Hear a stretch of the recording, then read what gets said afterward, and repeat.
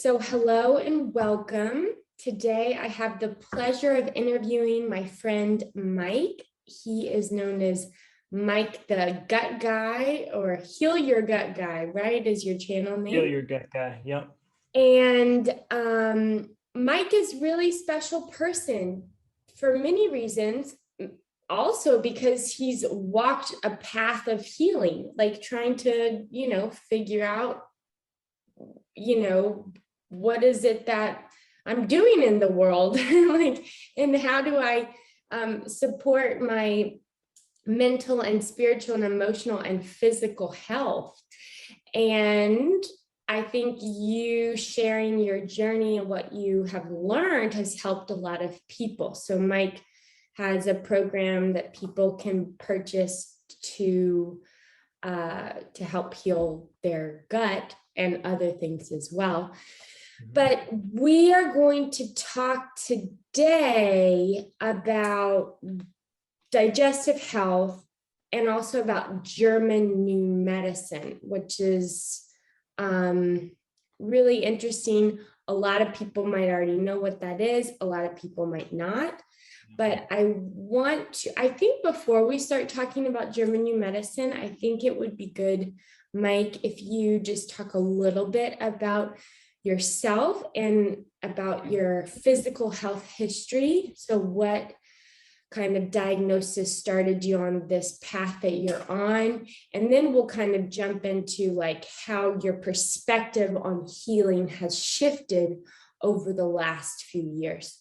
So so let's get started. Who are you?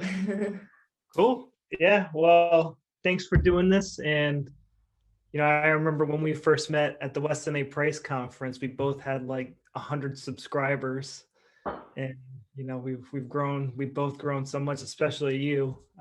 These past couple of years. But my story starts. I pretty much had digestive issues my whole life. Mainly just diarrhea and being skinny and things like that. But it wasn't until college until my symptoms started to get really bad and I got diagnosed with Crohn's.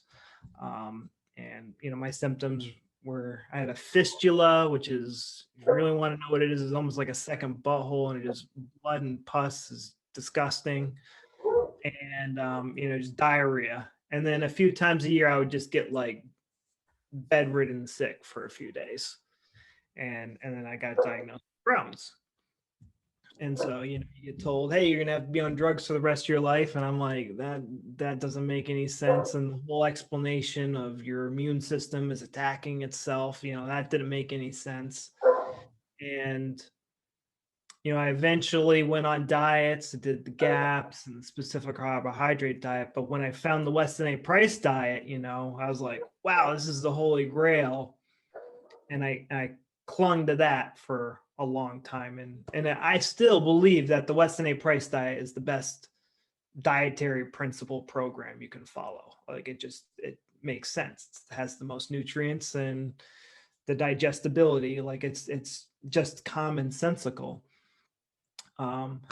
So with these, the Weston A. Price principles that was like my foundation for a very long time. And I did see, good results. I put on weight, I looked healthier, and, I helped people, get better with these principles, eat these nutrient dense foods and make them easy to digest, and take these herbs and kill candida, and fix the gut microbiome. And I did have a lot of students who got better doing that, but I also had students who were doing everything perfectly, and they would be like allergic to water, allergic to vitamin A, just like ridiculous things. And like nothing, there was some big piece of the puzzle missing. And I was also going through some stress, and my digestive issues were, I moved to Ukraine, and so I didn't have access to all my safe foods. There's no organic foods over here. I can't read anything. And so like my symptoms started to crawl back.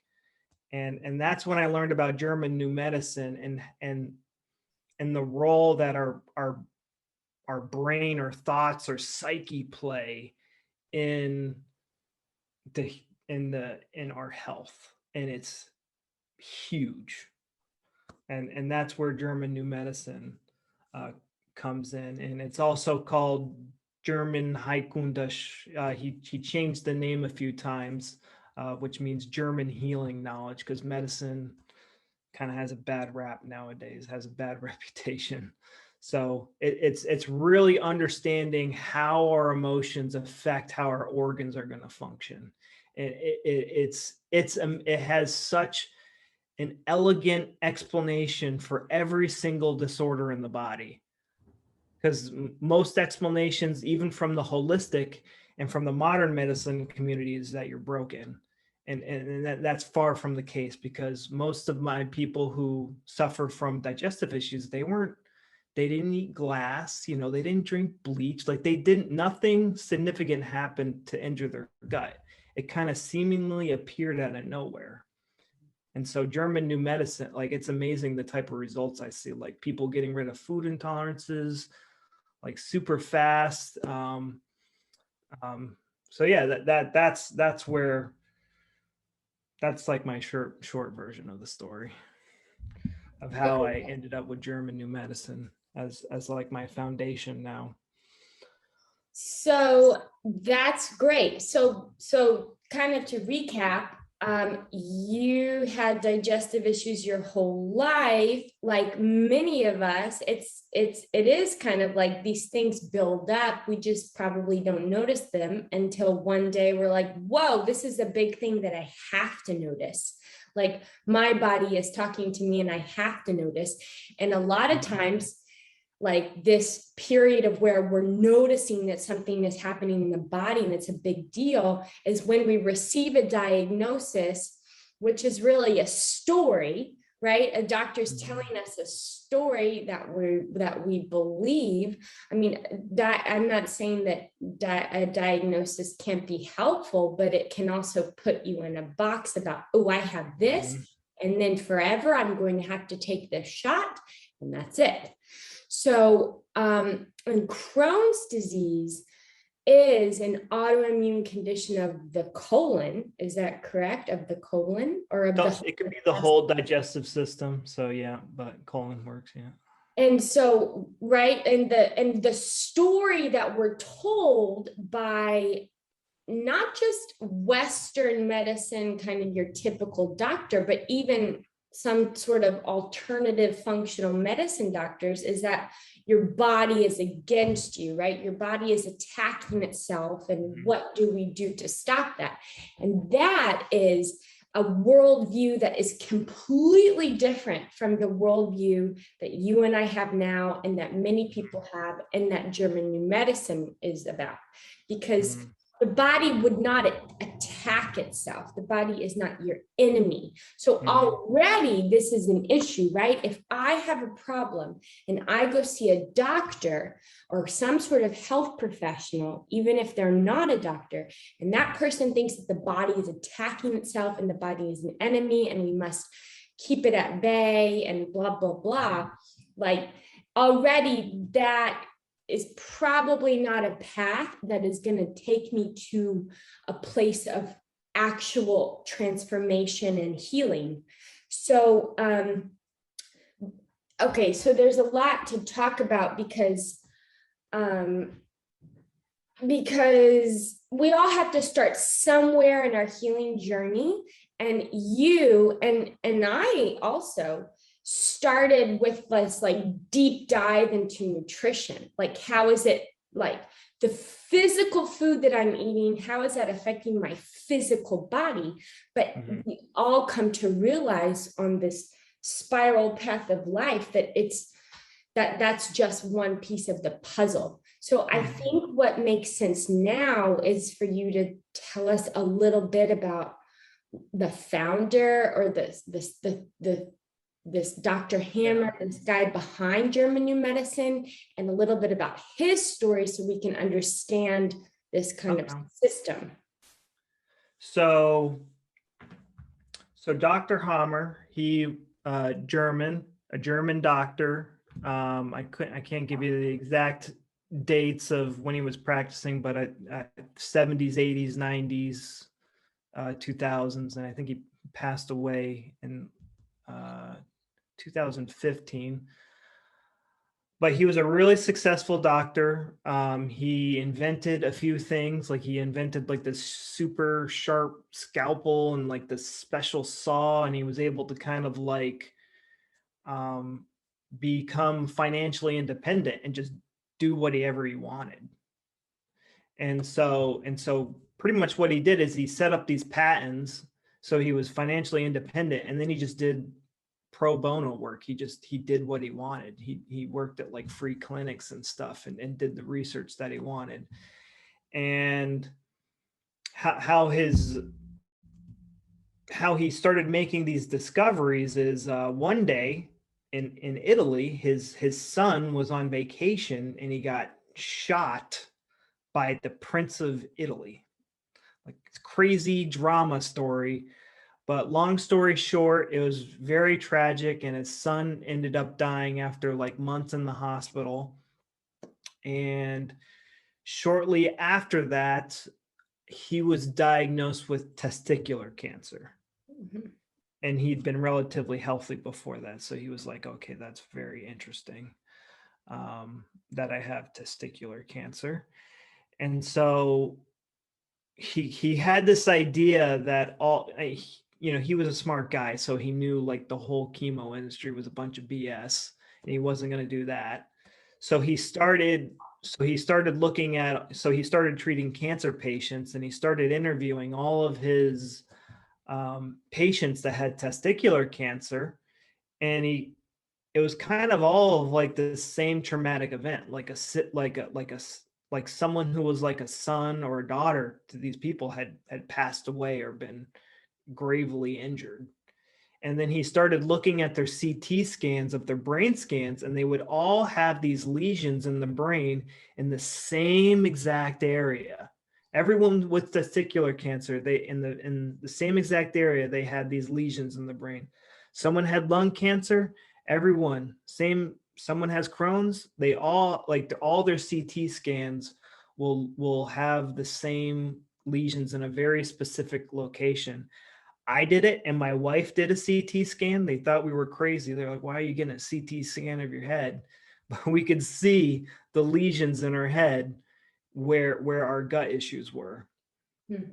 And so from there, he got to work, and he started interviewing, and he just went through, like, it's just so much work. Like, imagine like you'd interview these people for hours trying to figure out what the emotional trauma was.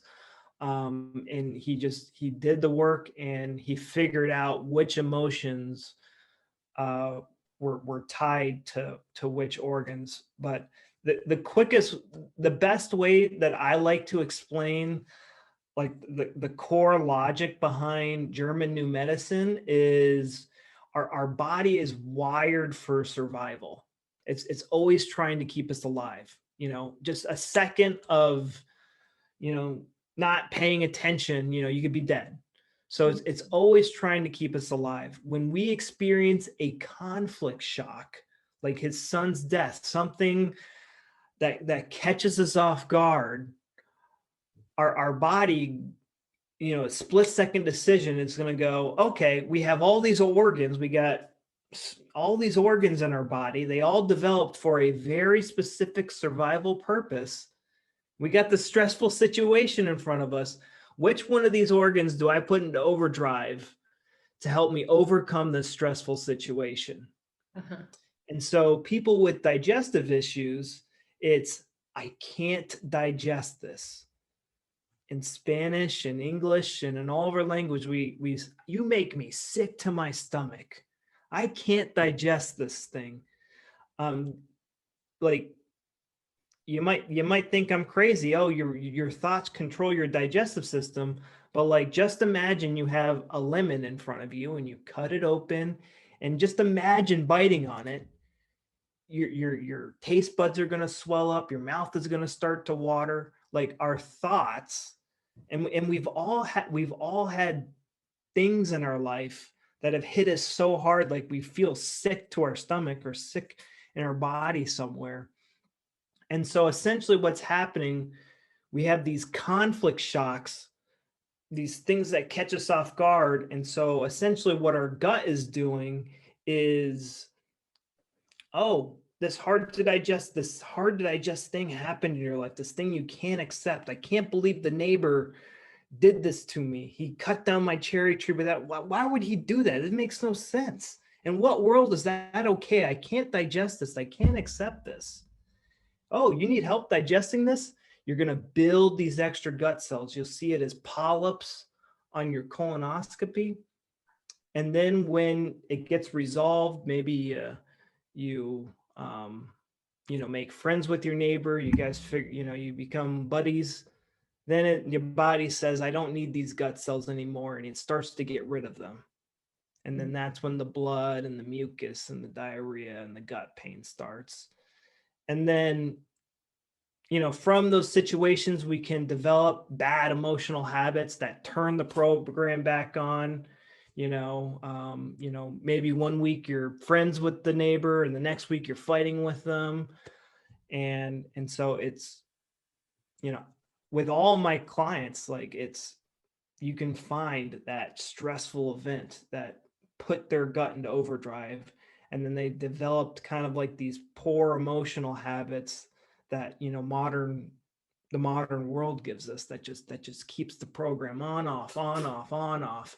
And then you have modern medicine and holistic medicine, telling us it's food and this and this and that, and we just get confused and frustrated, which just adds to the fire.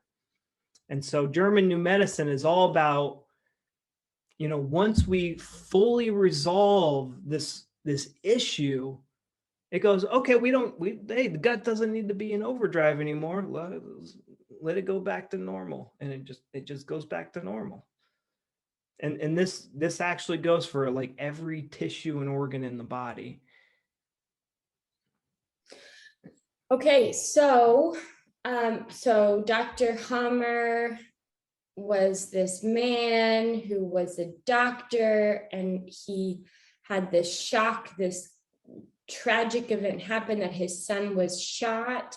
And then months later, he was diagnosed with testicular cancer. And he said, like, there is no way these things aren't related. They have to be related. This like shock to my system that my son was shot and then now he's not alive and that I am sick. So there's a physical manifestation of that conflict or that shock. Like, so that's the word that we use in German medicine, right? Like the conflict really is the trauma that triggered something to happen in the body. Is that correct?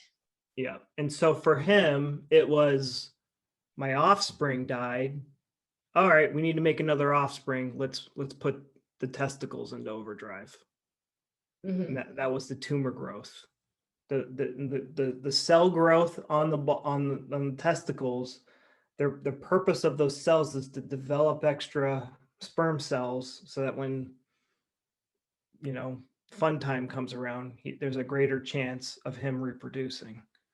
And then when he resolves that conflict, those cells will go away by themselves. And his testicular cancer went away, by the way. So, okay. So there's actually like a lot to say here. Because I think that a lot of the conflict, so the psyche, which we could even be like, well, what is the psyche? What is consciousness? Yeah. What is the mind? I mean, we start asking questions that we don't really know the answer to, but we can talk about them. But so the psyche has like, it's this like kind of infinite labyrinth. And so I think that a lot of the trauma in the psyche could be from when we're really young, or maybe even it's generational, that we're carrying forward some sort of generational trauma from the people that came before us in our lineage. And so some of those, like resolving, I always think of it as that we're weaving, we are born like weavers, and we're weaving this, this beautiful blanket. And then sometimes we have to go back in the weave and be like, ooh, there was a knot right there. I have to fix that in order to weave more beautifully. But my only thing is that I'm thinking like not everybody has something so like, oh, son was shot, testicular cancer. Like some of these conflicts, I think, are really so far back in life, or some people might even say other lives, that the only way to like get them might be like through some sort of psychedelic. I mean, like that's why Michael Pollan's book is called How to Change Your Mind, because what is the mind anyway? And if a lot of these traumas that have physical manifestations for us actual in the current moment, like how do you even go about deciphering that? Because not everybody has a story that is so, Yeah, in my story, there was not really any big traumatic event. I had, so for me, Crohn's in the small intestine, it's indigestible anger.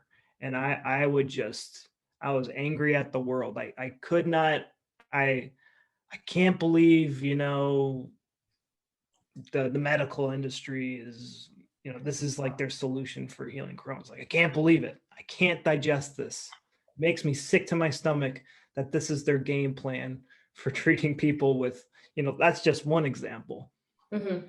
Like my internet couldn't work. I'd be angry about that. My cat could be making too much noise. Something my teacher did. Like it was just like I was on like the dark side of the Force in Star Wars. Like anger was like my tool for solving problems. And it just so indigestible anger is how I experience the world, which put my gut into overdrive. Has helped me try. Like if I want to pick up something heavy, I'm going to build up extra muscles. If I'm going to try to digest something hard to digest, and I'm that way for a very long time, those gut cells build up and build up and build up and build up. Mm-hmm. Yeah, so it was interesting because recently, literally like in the last like 2 weeks, I met someone who is 32 years old and who was diagnosed at age 30 with Crohn's disease.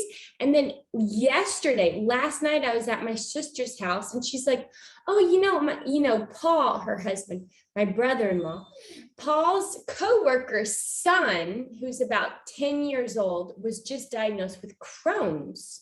Mm-hmm. And so, right, like so some people who have very different ages and very different backgrounds can be given the same diagnosis. And I guess what you're saying is they have similar stories. Like is Crohn's, right? Like they have a similar, not even maybe conflict, but way of coping with that conflict. Like it's right. So we always want to think about what does the organ do, and the organ that's effective is the digestive system, and it helps us digest things. But we kind of extend that to things in our lives. It doesn't necessarily have to be food. It's things I can't digest this. Like I don't know what the phrases are in Spanish, but like in English, it's I can't stomach this. I can't digest this. You make me sick to my stomach. And, I think the modern world, just like modern culture in general, kind of primes us for this. It gives us those high expectations for things should be this way and things should be that way. And when, the world isn't like that, the world ain't perfect. we go, oh, I can't believe, it's supposed to be like this, but it isn't like that.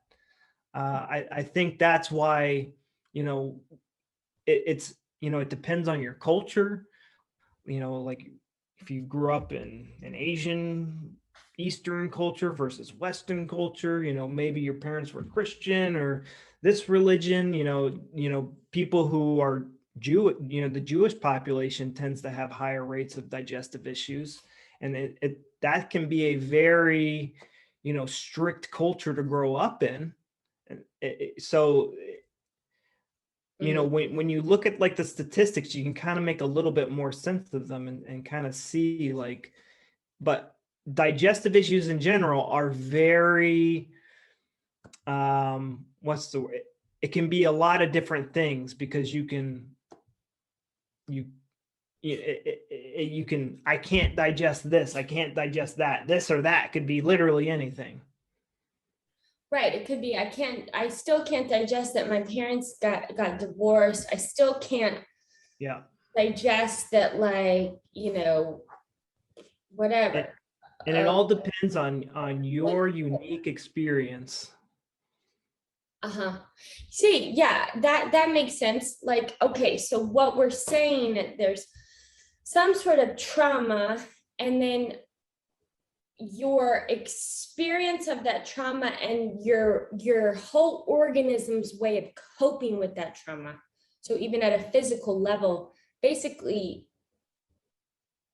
right? It's like so the example that I gave you, this man that's 32 that has Crohn's, and then this little boy that's 10-year-old have Crohn's, they had some sort of similar way of, their bodies have similar ways of reacting to a certain kind of trauma or conflict. Yeah. Like for the young kid, it could have been like, oh, I can't believe mom didn't get my favorite cereal again. I've asked her so many times. It could be something as ridiculous as that. It could be something more major. It could, for me, I think it was going to the dentist and getting, I can't believe I took to the dentist and got 5 cavities, whatever.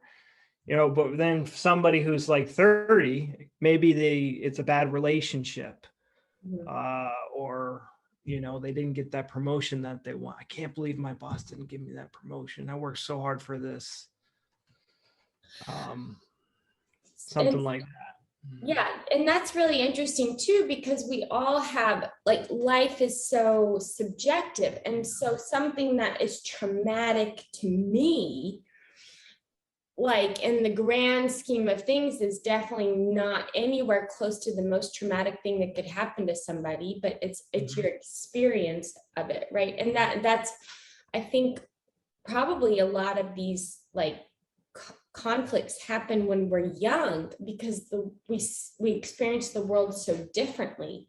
So if your mom, I don't know, if you're like crying in the crib for like a minute and your mom doesn't come, you feel abandoned, even though like everybody would say, oh, she just went to the bathroom, it was just 1 minute, but your experience is that you were abandoned. And that's why I'm saying, like, wow, if that happened when you were 1 year old and now you're 30 and you're being diagnosed with Crohn's, and it has something to do with that event, like, it seems as though, and from my own experience, as I've like navigated the labyrinth of my psyche and tried to understand who am I and what are like the stories I tell myself and the patterns of behavior I have, why do I have them?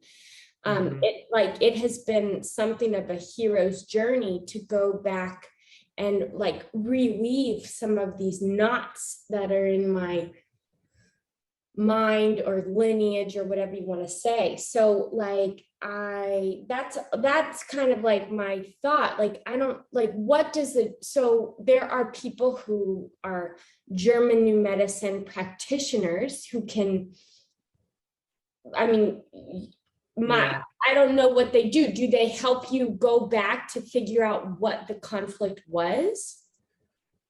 So this is kind of had a look at this, because there's a lot of confusion on like what German New Medicine is. So we're essentially it's a diagnostic tool. First and foremost, it's telling us and you actually understand what is going on, because like blood and diarrhea and fevers, like, oh my God, it's bad, let's go to the hospital.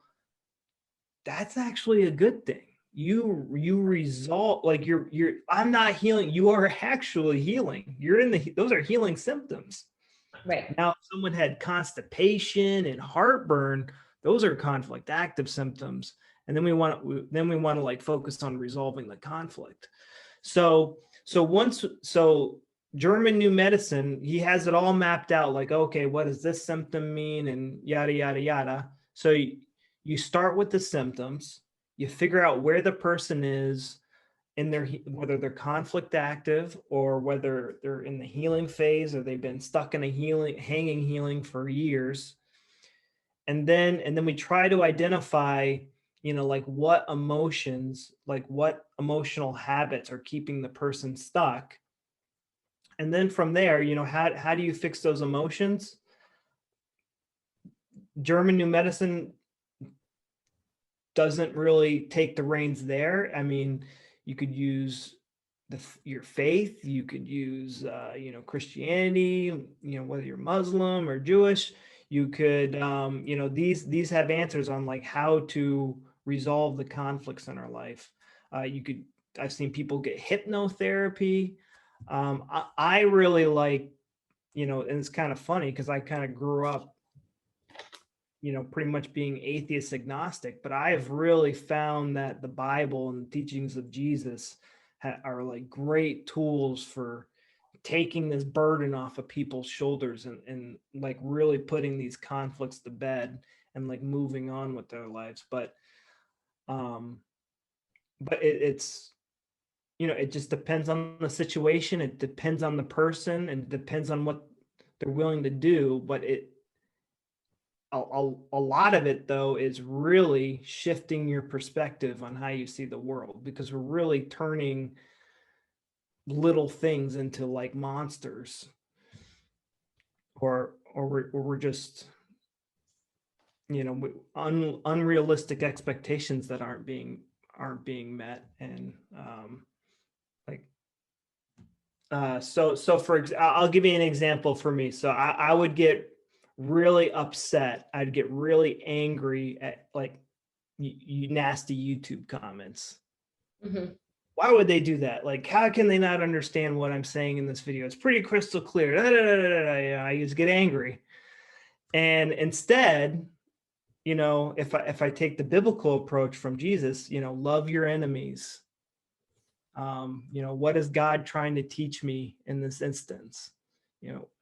What am I trying to defend? Like, why am I so angry? Am I angry about my reputation? Am I angry that I'm not communicating my message? I'm too busy thinking about this stuff to even get angry. I'm not experiencing it. I can't believe this anymore. I'm already like on the road to fixing this. And when I started thinking that way, I got sick for like 2 days, because that was me. Oh great, I got the tool to no longer deal with this indigestible, nasty comments anymore. Now I see these comments and I just answer them, and I don't get emotional. Yeah, it's about like it is I think what you're talking about is like rewiring the way that you experience and react to all that which happens around you. And I think that is part of a worldview that says that every experience is really a gift from the divine for you to learn and grow.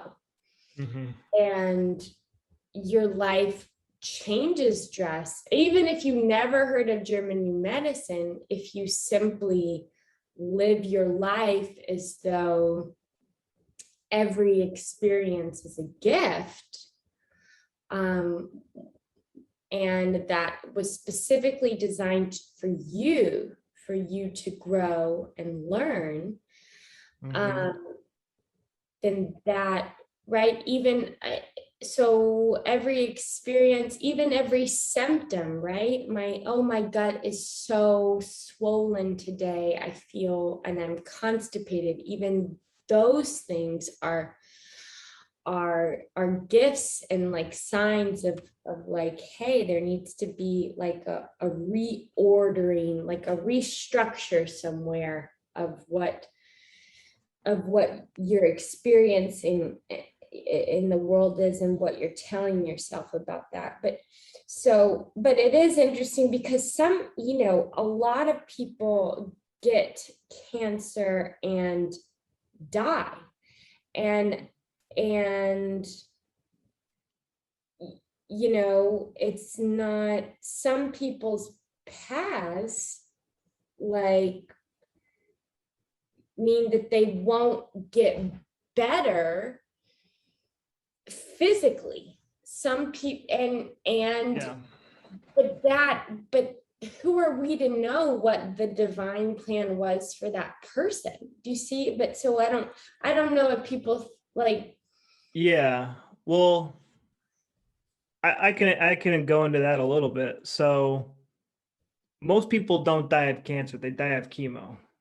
Like they so like you can have a tumor grow and like block your bowels or like knock up against some lungs and make it hard to breathe, but it's not like the tumor physically taking over your body and just like taking you down, like we are led to believe from modern and holistic medicine. It's not like this zombie plague, going from tissue to tissue, killing us. And a great example of this is they did an experiment where they had 100 women who were diagnosed with breast cancer. They had 100 dogs that was diagnosed with breast cancer. And so a couple of years later, they looked at the humans, and like a good portion of the female humans, they had also developed lung cancer as well as breast cancer. But the dogs, none of them developed lung cancer. And the reason for this is because the lung conflict is a scare freight conflict. So getting diagnosed with breast cancer and you're going to die, oh my God.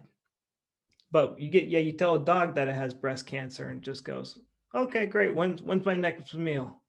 They don't care. Like they don't experience it that way. And it's rarely ever that you see cancer spread from like organ to organ to organ. It always seems like kind of haphazard and random. And so, yeah, does that answer the question? Or yeah, well, yes, because right, like that. I heard a story about this man who received a diagnosis of cancer that was incorrect, like somehow, yeah, and he died like a few weeks or a few months later. He died.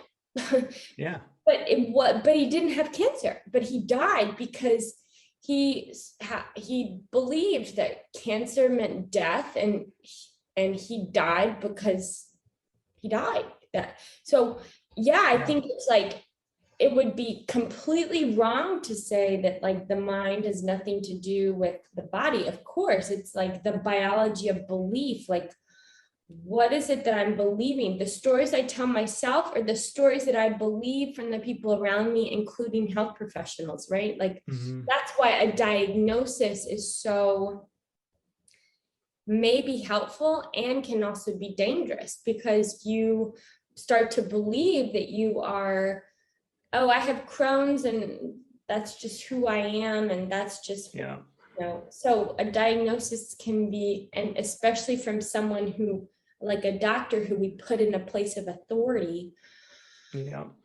it can be very much way more detrimental than helpful. But, but yeah, I do think like, but also food is important, right? It's not, Yeah. so it's so like sometimes we tend to talk to people who have, oh, they're like, okay, food is important. Oh, no, no, no, like supplements are important. No, no, no, like the sunlight is important. No, no, no, like, oh, it's your mental, it's your emotional and spiritual health. That's the most important. So I don't know. It's like their healing can be approached through so many different avenues. And just because you approach your healing at first from an avenue of like, hey, let me change my diet and let me like take these supplements, that is just the start of a journey. And then maybe you go into emotional stuff, or some people go right into, let me heal my mind, let me like see a therapist, let me do some sort of like meditation, before they focus on food. But what are your thoughts on how food plays into healing? Because, I don't know. So yeah, food's important. And there is an emphasis on food. The big emphasis from a German new medicine perspective is, when we're in these healing phases, that we make sure we're getting a lot of protein, like our body's going through breaking down and building tissue, like our body needs a lot of protein to function. So yeah, watch out for those vegan diets. But as far as looking at it from, how I approach it, because the way most people come into this is they go on the GAPS or the specific carbohydrate diet, or even the Weston A. Price diet. And then anything that, like any of the foods that aren't on the safe list, they're demonized.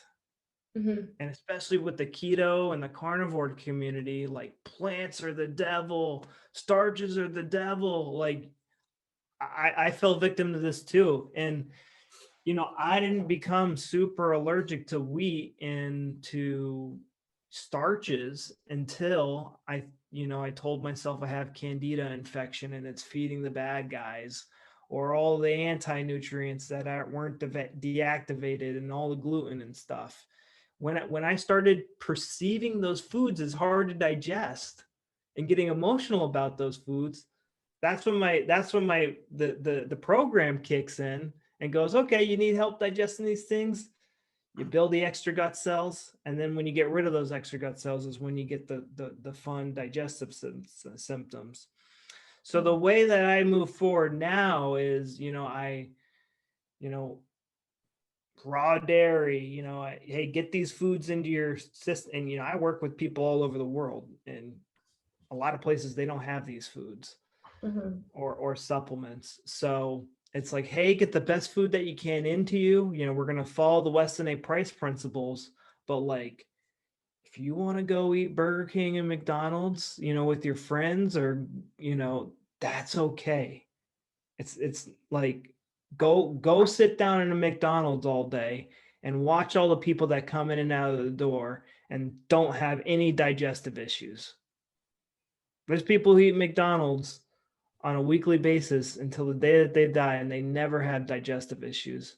And I think a lot of us, we kind of put those horse blinders on when we enter the holistic realm, and we just, the rest of the world is relatively, their health could be better, but like they're relatively fine compared to us dealing with chronic issues. And it's, if it were the food causing the issues, we would get better removing those foods. And then that's usually, not the case. It's, we feel better for a little bit. And, some people go back and forth. Like I've seen, so to give you one example, I had one student who was really sick, and he could only tolerate 4 different foods.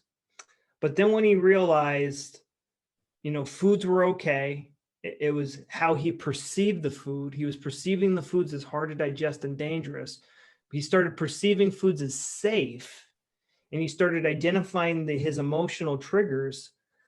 he went from eating like a perfect Weston A. Price diet to getting absolutely nowhere, to eating literally whatever he wanted. He was not, he was eating really like fast food and stuff like that, whatever he want, gluten, unsourdough gluten, whatever. But he was also eating healthy foods as well. And he literally put on like 20, 30 pounds in about a month. He was severely underweight, but that's what's our cells are what's healing us, and the foods aren't telling the cells what to do. It's our brain what is telling the cells to do. We have like this biological programming built into us, and that's what German New Medicine is showing us, that what the programming is. And so foods can trip that programming depending on how we perceive it. But there's no one in modern culture who has like scurvy on the level of like the sailors back in the day. Like we're all, especially those of us in the carnivore and the Weston A. Price community, we're getting way more than enough nutrients, but we're still struggling. And yeah, German New Medicine clears that up really fast when you get into those emotional issues. Yeah, I mean, it makes sense to me that somebody is eating like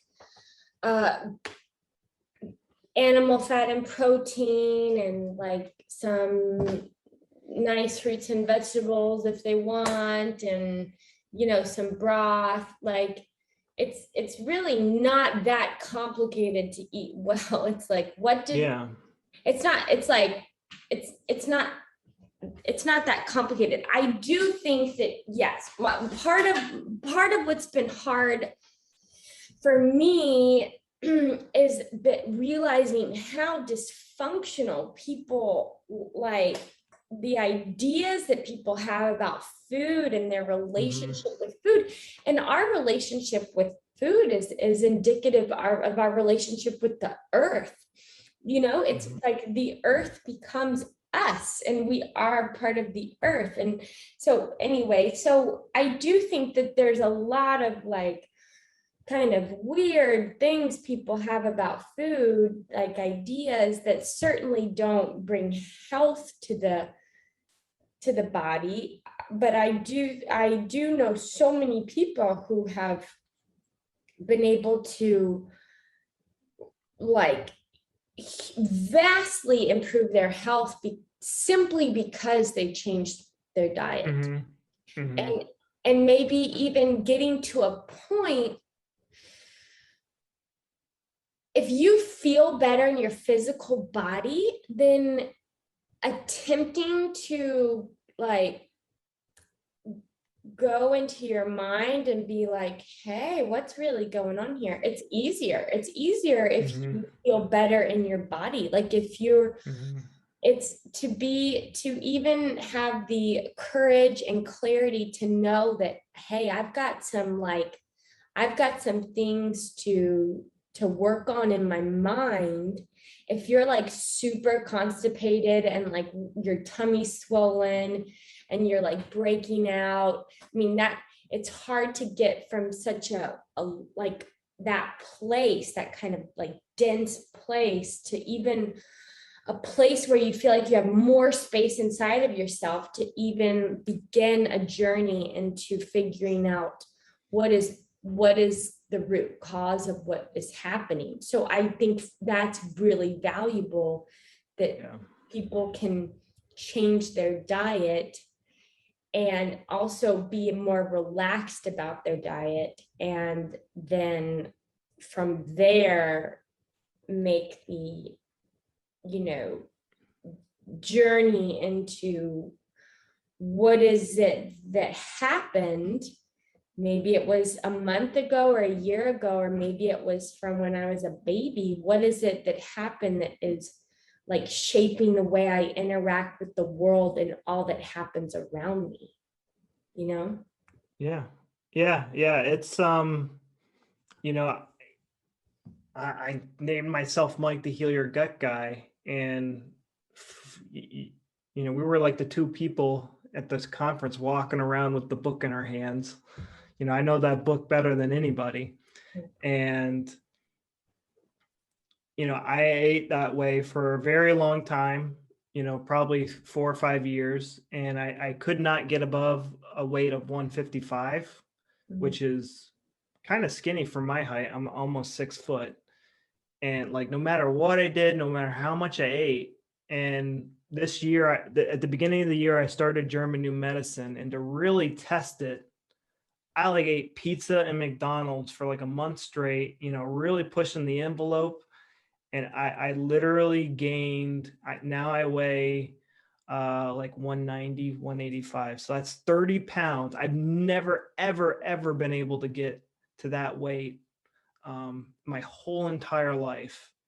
And just by shifting my perspective, you know, I'm still, you know, eating raw milk and trying to eat some liver, you know, on a regular basis and stuff. But like, I can eat whatever I want. Like this, I had beer and this, and followed by like a nice latte. Like I'm eating like a normal, like I know, like it kind of like shakes you and I to our core. Like, oh my God, you're eating like that.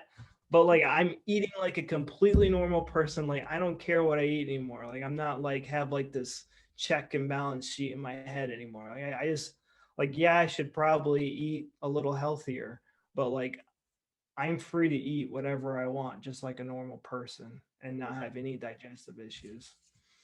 And Well, I think that too. I'm like, like people like write me with all these like things that they want protocols, and I'm like, it doesn't matter. Just like, I don't know, like a steak or something. But I also realized that in order to get to this like point in the spiral where I am, I had to go through the stages in my life where I was like, I cannot have any grain, no grain. Like I had to go through I had to go through that to get where I am. So, yeah. you know, but it does still, I'm like, it does still like kind of, I'm like, wait, really? Like McDonald's has like a bunch of glyphosate, like that's an herbicide. So what, so like there are herbicides and pesticides that are fat soluble that can like just stay in your body. So, you know, and like, and so what, you know, so like, so it's hard for me to be So like, McDonald's. there's a difference between something that causes an injury and something that causes a disease. So like a chemical like glyphosate or whatever, that has the potential to do some injury.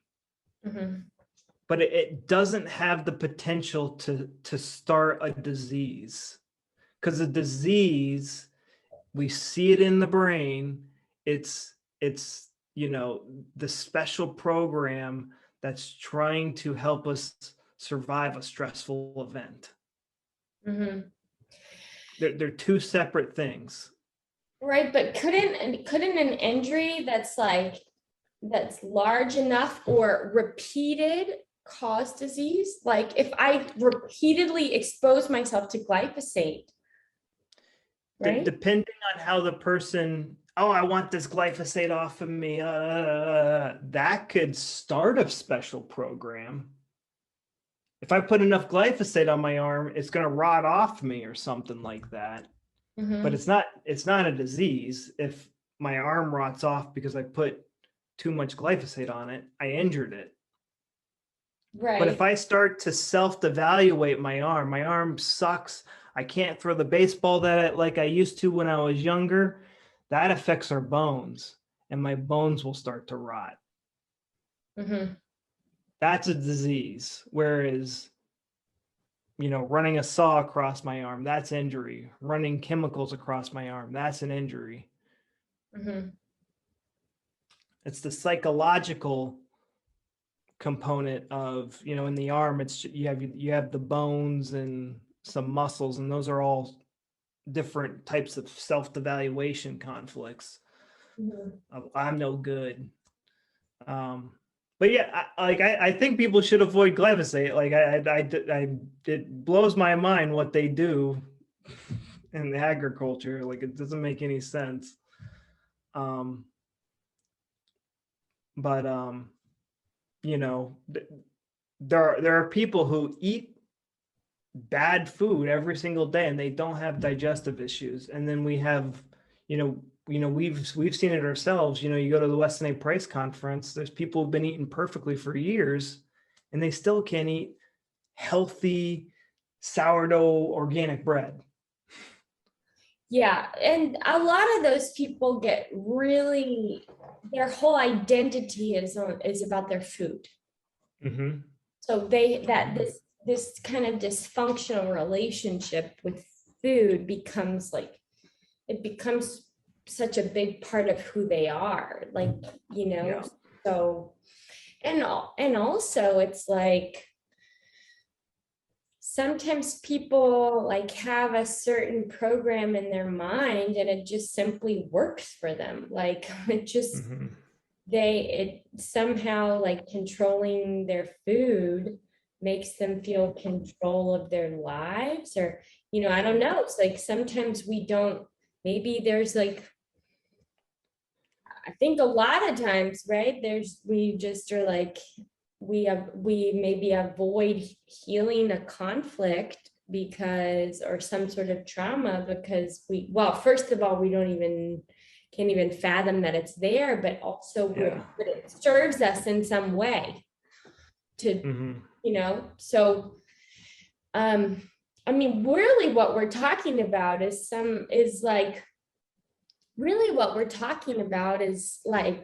what I think is the purpose of becoming a human and being on the planet. It's um it's knowing yourself, and making it so that your the geometry or mandala that is your being, that it's a bit more brilliant and harmonious when you leave the earth than when you came in. Or I think I do think that there's a divine order, and I do think that I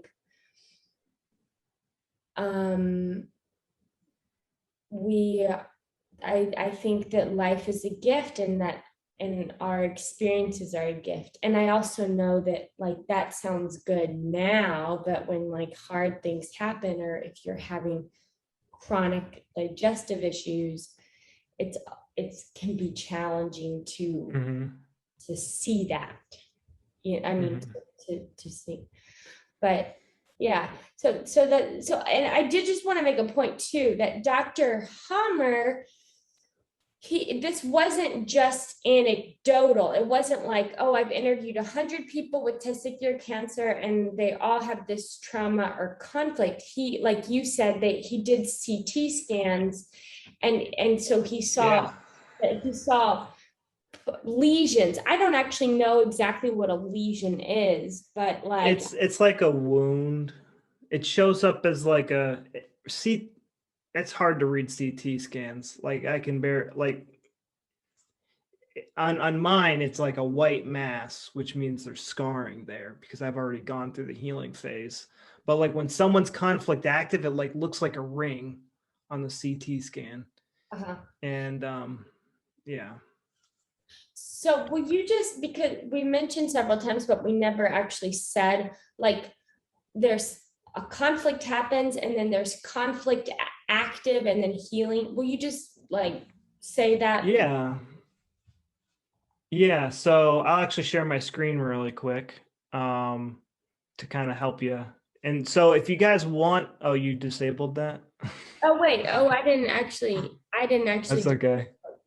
Well, no, wait a minute. So. I think you go to chat or participants and then you enable it for me. Okay, let's see here. More. Allow. Stop chat more. Huh. I definitely didn't disable it, but it might have been in the I think settings. it's just the default. Yeah. So if you Yeah, go hover over my name and there's like, oh, I don't, there's mute, you can mute me, and then there's more. There's like a more drop down button. yeah, I see it, but I don't see how to, Share the screen. yeah, wait a minute. Okay. I can just explain it then. Oh, yeah, now I can. Look, I just did it. Can you see it? Can you? Okay. All right, I got it. All right. So if you want to learn more about German New Medicine, the best place for you to go is learninggnm.com. This is not my website, but I know the owner of it, and her name's Caroline, and she's great, and she worked personally with Dr. Hammer, and she translated the work into English. And So is so, it in because Spanish too, or no? it's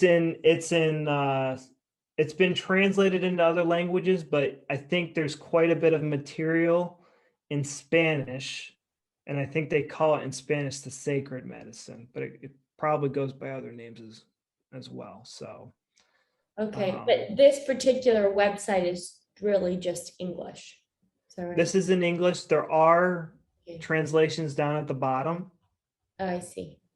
If you go all the way down to the bottom of a page, there's French and Spanish. You know, those are two. Spanish is a pretty popular language, so a lot of these pages have been translated into Spanish. Okay. Um, but anyways, we have this we call this a special program, a biological special program, and he calls it a biological program and not a human program, because it's in your dog, it's in your cat, it's in the birds outside. Like all animals, experience this, have these things go on in their body, these diseases. And so at the DHS, the conflict shock, that's that split second thing. Okay, what organ do I put into overdrive to help me overcome this stressful conflict in my life? Mhm. Boom. So I can't digest this thing. All right. So we're conflict active. I can't digest this thing. We're building extra gut cells. I'm fighting with my neighbor for weeks. Why'd you cut down my tree, man? That was I. My grandpa grew that tree. What was wrong with you? La la la. And then finally, you know, a month later, a week later, he's like, "Oh, I'm sorry, man," and he buys me a new tree, and I'm okay now. Now I have to get rid of those extra gut cells, and that's when the bloody diarrhea starts. And on this day, I go, "Oh my God, I had Pepsi and I had fried chicken. It must have been the Pepsi and the fried chicken that caused this." And so now all of a sudden I'm blaming food. I need to eat healthier, and now I'm experiencing foods is hard to digest. And I'm freaking out because I got, I'm filling the blood with the toilet with blood. And then I go to the doctor, and then, I get another indigest. How do you not know what to do? Like, isn't this your job? Like, depending on how the person experiences the problem and goes about solving the problem, like this can just turn into a nightmare. But let's say we live in a perfect world and we know what's going on. I I I resolved the conflict peacefully with my neighbor, and we're friends happily ever after. Mhm. I get bloody diarrhea for a few days, and I tell myself, this is great. I'm getting rid of these extra gut cells I no longer need. And then I have a healing crisis, and this is kind of like when you get the fevers and you feel really sick for a day or two. And then um, also, I'd like to mention here, bacteria and fungi are helping remove these extra gut cells. So that's when people get diagnosed with SIBO and E. coli and candida and stuff like that. But those bacteria and fungi are actually controlled by your brain. That was very tough for me to accept. And then in the scarring phase, pretty much most for digestive issues, most of your symptoms are pretty, they're already gone, and you're living, eating whatever you want and with zero symptoms.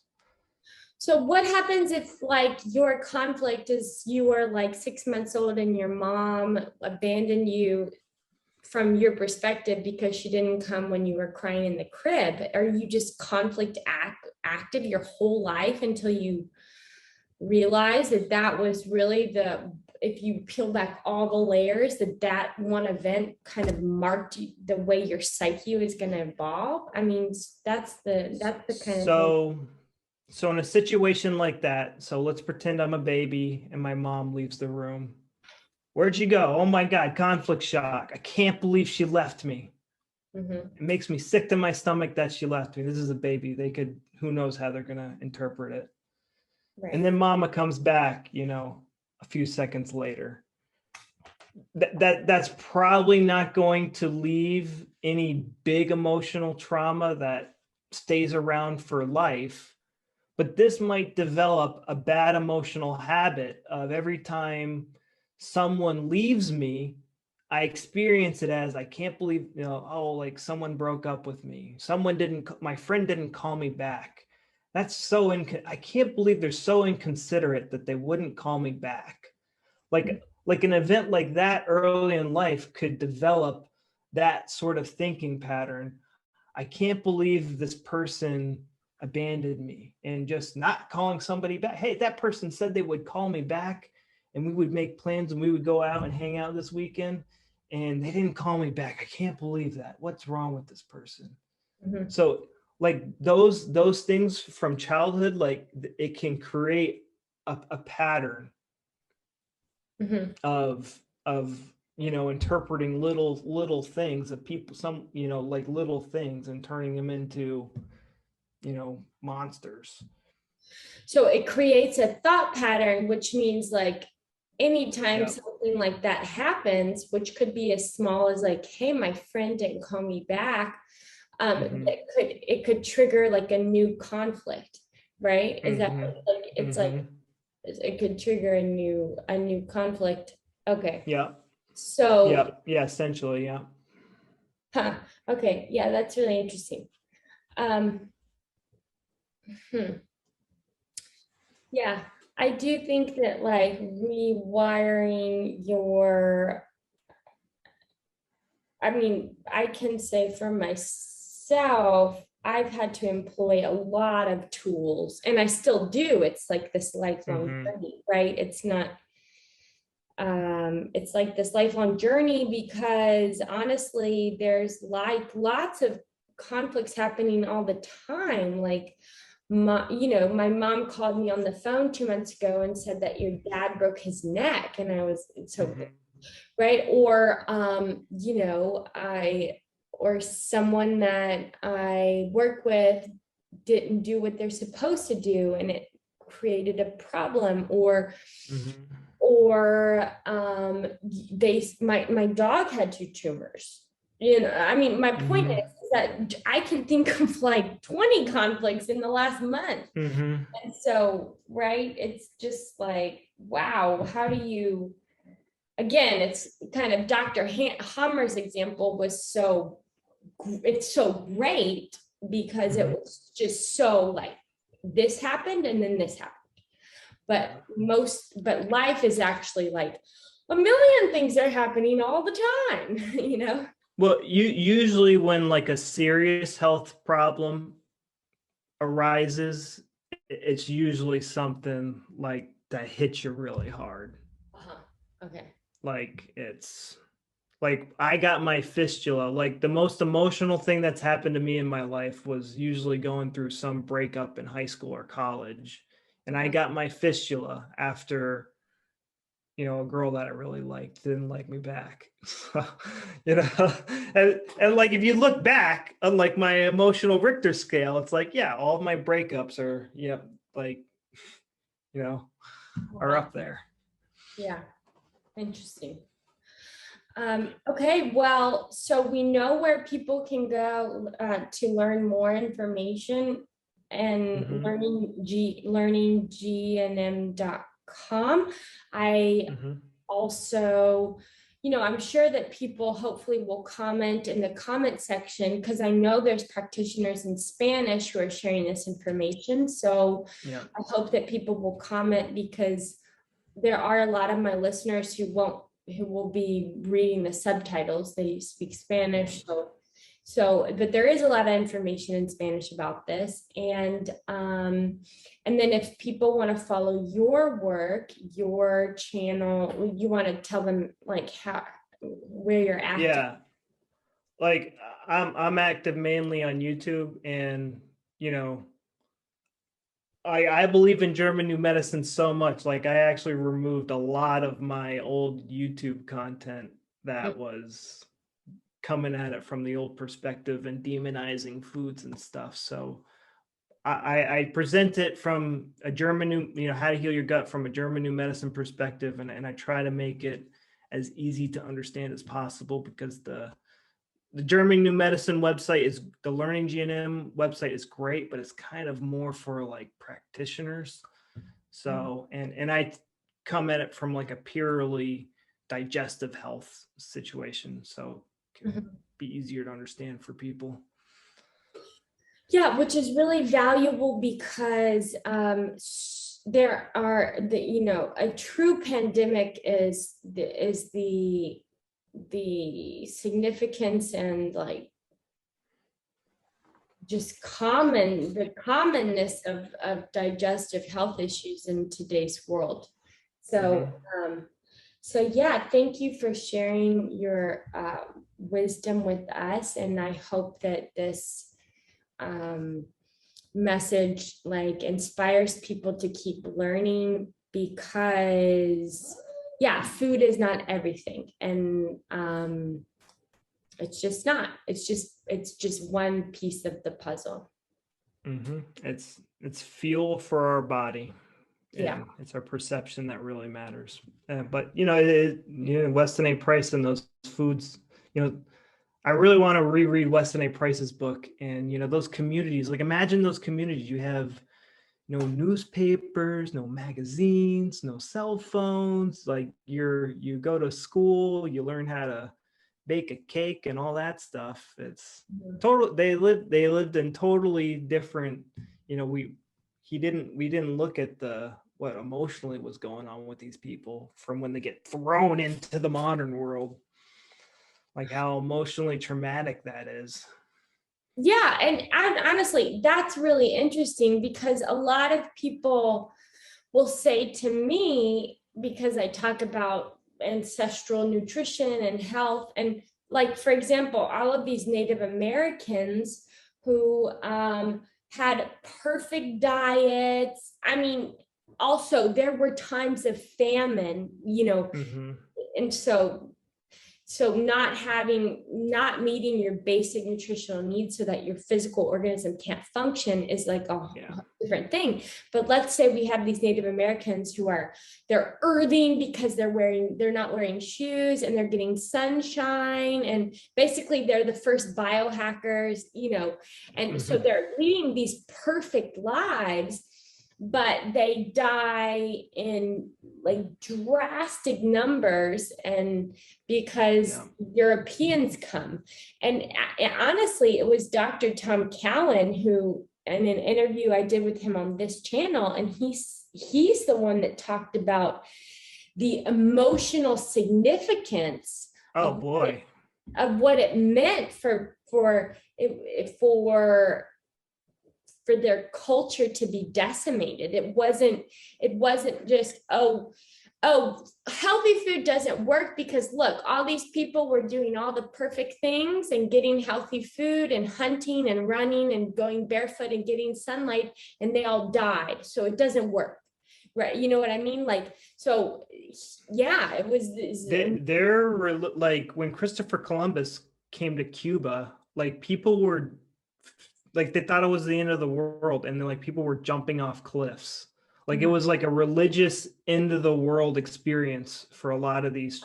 And from a German New Medicine perspective, this is an attack conflict, which will cause like these bubonic plague skin issues. Uh-huh. It's so interesting to see the world from like this lens. Well, yeah, I think it's helpful that it's helpful because it wasn't just it wasn't just the introduction of what we call pathogens, but rather it was an actual decimation of a worldview of so it's totally, there's like so much that we could talk about, but that's a whole nother video. So yeah, yeah. But it's good to mention because I have heard that a lot. Well, it doesn't, like, all these people died so much that they died and they were doing all the right things, so those right things don't work. But anyway, so thank you so much, and I will put links to your YouTube channel and to your website in the description of the video. And gosh, I guess, like, I think life is a miracle and a gift, and that everybody has a hero's journey. So I would say, like, good luck on your journey. It's not easy.